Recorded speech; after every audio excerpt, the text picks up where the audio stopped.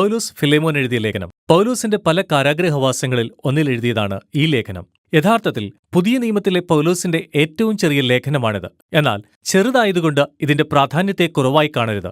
പൗലോസ് എഴുതിയ ലേഖനങ്ങളിൽ ഏറ്റവും സ്ഫോടനാത്മകമായ ഒന്നാണിത്. ലേഖനത്തിലെ വിശദീകരണങ്ങളിൽ നിന്ന് നമുക്ക് മനസ്സിലാക്കാൻ കഴിയുന്ന പശ്ചാത്തലം ഇതാണ്. ഫിലേമോൻ കൊലോസിയിൽ നിന്നുള്ള ധനികനായ ഒരു റോമൻ പൗരനായിരുന്നു.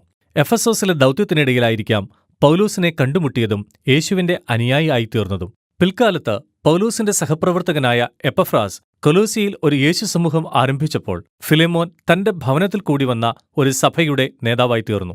ഫിലേമോൻ റോമാലോകത്തിലെ മറ്റു കുടുംബനാഥന്മാരെപ്പോലെ അടിമകളെ സ്വന്തമാക്കിയിരുന്നു. അവരിൽ ഒരുവനായിരുന്നു ഒനേസിമോസ്. ഏതോ ഒരവസരത്തിൽ ഇവർ രണ്ടുപേർക്കുമിടയിലെ ഒരു ഗുരുതരമായ പ്രശ്നമുണ്ടായി. ഒനേസിമോസ് ഫിലേമോനോട് എന്തോ ചില തെറ്റ് ചെയ്തു. ഒരുപക്ഷെ മോഷണമാകാം, അല്ലെങ്കിൽ അവനെ വഞ്ചിച്ചതാകാം. എന്താണെന്ന് ശരിക്കും നമുക്കറിയില്ല. പക്ഷേ അതിനുശേഷം ഒനേസിമോസ് അവിടെ നിന്നും ഓടിപ്പോയി. ഒടുവിൽ ഒനേസിമോസ് കാരാഗൃഹത്തിൽ പൗലോസിന്റെ അടുത്തെത്തുന്നു. എന്തെങ്കിലും സഹായം ചോദിക്കാനായിരിക്കാം. അതിനിടയിൽ അവൻ യേശുവിന്റെ ഒരു അനുയായി ആയിത്തീരുകയും പിന്നീട് പൗലോസിന്റെ ഒരു പ്രിയപ്പെട്ട സഹായിയും ആയിത്തീർന്നു. അങ്ങനെ വളരെ ബുദ്ധിമുട്ടുള്ളതും സൂക്ഷ്മമായി കൈകാര്യം ചെയ്യേണ്ടതുമായ ഒരവസ്ഥയിലാണ് പൗലോസ് ഈ ലേഖനം എഴുതുന്നത്. അവൻ ഫിലേമോനോട് പറയുവാൻ പോകുന്നത് ഒനേസിമോസിനോട് ക്ഷമിക്കുകയും അവനെ തിരികെ സ്വീകരിക്കുകയും മാത്രമല്ല, അവനെ മശിഹായിൽ ഒരു സഹോദരനായി കാണുകയും അവനെ ഇനി ഒരു അടിമയെപ്പോലെ കാണുകയും ചെയ്യരുത് എന്നാണ്. അവൻ അത് ഇങ്ങനെയാണ് ചെയ്യുന്നത്. പൗലോസ് ഒരു പ്രാർത്ഥനയോടെ ആരംഭിക്കുന്നു. ആദ്യം ഫിലേമോനെ പ്രശംസിക്കുകയും യേശുവിനോടും അവന്റെ ജനത്തോടും ദൈവം കാണിച്ച സ്നേഹത്തെയും വിശ്വസ്തതയെയും ഓർത്ത് അവന് നന്ദി പറയുകയും ചെയ്യുന്നു. തുടർന്ന് ഈ വരിയിലൂടെ തന്റെ അഭ്യർത്ഥനയ്ക്ക് വഴിയൊരുക്കുന്നു. നിന്റെ വിശ്വാസത്തിൽ നിന്നും ഉളവാകുന്ന പങ്കാളിത്തം നമ്മിലുള്ള നല്ല പ്രവൃത്തികളെ തിരിച്ചറിയുന്നതിലേക്ക് നയിക്കുവാനും അങ്ങനെ നമ്മളെ മശിഹായിലേക്ക് നയിക്കുവാനും ഇടയാകട്ടെ എന്ന് ഞാൻ പ്രാർത്ഥിക്കുന്നു. ഇപ്പോൾ ഇവിടുത്തെ ഒരു പ്രധാന പദം പങ്കാളിത്തം അഥവാ ഗ്രീക്ക് ഭാഷയിൽ കൊയ്നോണിയ എന്നതാണ്. ഇതിനർത്ഥം പങ്കുവയ്ക്കുക അഥവാ അന്യോന്യമുള്ള പങ്കാളിത്തം എന്നതാണ്. ഇത് രണ്ടോ അതിലധികമോ ആളുകൾക്ക് എന്തെങ്കിലും ലഭിക്കുമ്പോൾ അവരത് പങ്കുവയ്ക്കുകയും അങ്ങനെ പങ്കാളികൾ ആയിത്തീരുന്നതുമാണ്. പൗലോസ് പറയുന്നത് യേശുവിനോടുള്ള വിശ്വസ്തതയെന്നാൽ അവന്റെ അനുയായികളെല്ലാം ദൈവത്തിന്റെ ദാനമായ സ്നേഹവും കൃപയും പങ്കുവയ്ക്കുന്ന തുല്യ പങ്കാളികളാണെന്ന് തിരിച്ചറിയുകയാണ്. പൗലോസിന് യേശുവിന്റെ അനുയായികളുടെ ഇടയിലുള്ള ഈ കൊയ്നോണിയ അനുഭവം നിങ്ങൾ വിചാരിക്കുന്നത് പോലെ വെറും ഒരു ആശയമല്ല, മറിച്ച് നിങ്ങളുടെ ബന്ധങ്ങളിൽ നിങ്ങൾ ചെയ്യുന്ന ചിലതാണ്. അത് പൗലോസിനെ തന്റെ അഭ്യർത്ഥനയിലേക്ക് നയിക്കുന്നു. അവസാനമായി അവൻ ഒനേസിമോസിന്റെ കാര്യം പറയുന്നു. അവൻ പറയുന്നത് കാരാഗൃഹത്തിൽ വെച്ച് അവൻ പൗലോസിന്റെ മകൻ ആയിത്തീർന്നു. അതായത് തന്റെ ജീവിതവും കൂറും യേശുവിനെ സമർപ്പിക്കുവാൻ ഒനേസിമോസിനെ നയിച്ചത് പൗലോസാണ്.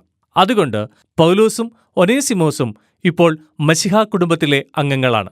അവൻ പൗലോസിനെ കാരാഗൃഹത്തിൽ ശുശ്രൂഷിച്ചു വരികയായിരുന്നു. അവനെ തന്നോടൊപ്പം നിർത്തുവാൻ പൗലോസ് ആഗ്രഹിച്ചെങ്കിലും അവർ യേശുവിന്റെ അനുയായികളാണെന്ന് പറയുന്നെങ്കിൽ ഫിലേമോനുമായുള്ള ഈ പരിഹരിക്കപ്പെടാത്ത പ്രശ്നത്തിന് പരിഹാരം കാണേണ്ടതുണ്ടെന്ന് അവനറിയാം. അത് പൗലോസിനെ ധീരമായ അപേക്ഷയിലേക്ക് നയിക്കുന്നു. അതായത് ഫിലേമോൻ ഒനേസിമോസിനെ തിരികെ സ്വീകരിക്കുക. ഒരിക്കലും ഒരു ദാസനായിട്ടല്ല, മറിച്ച് കർത്താവിൽ പ്രിയ സഹോദരനായിട്ട്. ഇത് വളരെ പ്രയാസമുള്ള ഒരു കൽപ്പനയാണ്. റോമ നിയമത്തിനു കീഴിൽ ഒനേസിമോസിനെ ശിക്ഷിക്കുവാനോ കാരാഗൃഹത്തിൽ ഇടുവാനോ ഫിലേമോന് എല്ലാ നിയമ അധികാരങ്ങളുമുണ്ട്. പൗലോസ് ഒനേസിമോസിനോട് ക്ഷമിക്കുവാൻ മാത്രമല്ല പറയുന്നത്, പിന്നെയോ തന്റെ പഴയ അടിമയെ സാമൂഹിക സമത്വമുള്ളവനായി ഒരു കുടുംബാംഗത്തെപ്പോലെ കൊലോസിയിലേക്ക് തിരികെ സ്വീകരിക്കുവാനാണ് പറയുന്നത്. ഇത് ദയ കാണിക്കുക എന്നതിനേക്കാൾ വളരെ വലുതായ ഒരു കാര്യമാണ്. ഇത് കേട്ടുകേൾവി പോലുമില്ലാത്ത ഒന്നാണ്. ഇത് ഒരു അടിമയെ സ്വതന്ത്രമാക്കിയ ശേഷം ആ അടിമയെ ഒരു കുടുംബാംഗത്തെപ്പോലെ കരുതുന്നതിന് തുല്യമാണ്. ഇത് നിലവിലുള്ള റോമ സാമൂഹിക ക്രമത്തെ താറുമാറാക്കുന്നു. ഫിലേമോൻ എന്തിന് ഇങ്ങനൊരു കാര്യം ചെയ്യണം? ഇവിടെ പൗലോസ് ബുദ്ധിപരമായി പ്രാരംഭ പ്രാർത്ഥനയിൽ നിന്നുള്ള ആ പ്രധാന പദം അവൻ വീണ്ടും ഓർമ്മിച്ചെടുക്കുന്നു. അവൻ പറയുന്നു, നീ യഥാർത്ഥമായും എന്റെ പങ്കാളിയാണെങ്കിൽ. ഇവിടെ കൊയ്നോനിയ എന്ന ആ യവനപദമാണ് ആവർത്തിക്കുന്നത്.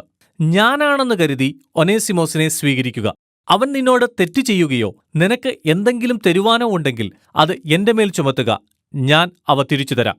ഈ അപേക്ഷയിൽ പൗലോസിന്റെ സുവിശേഷ സന്ദേശത്തിന്റെ കാതൽ പ്രാവർത്തികമാകുന്നത് നമുക്ക് കാണാം. എല്ലാറ്റിനും മുൻപേ ഇത് നിരപ്പിനെക്കുറിച്ചുള്ളതാണ്. അവൻ കൊരിന്തുകാരോട് പറഞ്ഞതുപോലെ തന്നെയാണ്. മശിഹായിലൂടെ മനുഷ്യർക്കെതിരെയുള്ള അവരുടെ പാപം കണക്കിടാതെ ഈ ലോകത്തെ തന്നോട് ദൈവം നിരപ്പിക്കുകയായിരുന്നു. അങ്ങനെ ഈ അവസ്ഥയിൽ പൗലോസ് തന്നെ യേശുവിന്റെ സ്ഥാനത്ത് നിർത്തുന്നു. ഒനേസിമോസിന്റെ തെറ്റായ പ്രവൃത്തികളുടെ അനന്തരഫലം അവൻ ഏറ്റെടുക്കും. അവൻ വില കൊടുക്കും. അതിനാൽ അവന് ഫിലേമോനോട് നിരപ്പ് പ്രാപിക്കാൻ കഴിയും. പക്ഷേ പൗലോസിന്റെ സന്ദേശം ഒരു നിയമപരമായ ഇടപാടിനേക്കാൾ വലുതായിരുന്നു. ഇത് കൊയ്നോനിയെക്കുറിച്ചുള്ളതും കൂടെയാണ്. ഒനേസിമോസും ഫിലേമോനും പൗലോസും അവർ എല്ലാവരും ദൈവത്തിന്റെ മുമ്പിൽ തുല്യരാണ്. പാപക്ഷമ ഒരുപോലെ ആവശ്യമുള്ളവരാണവർ.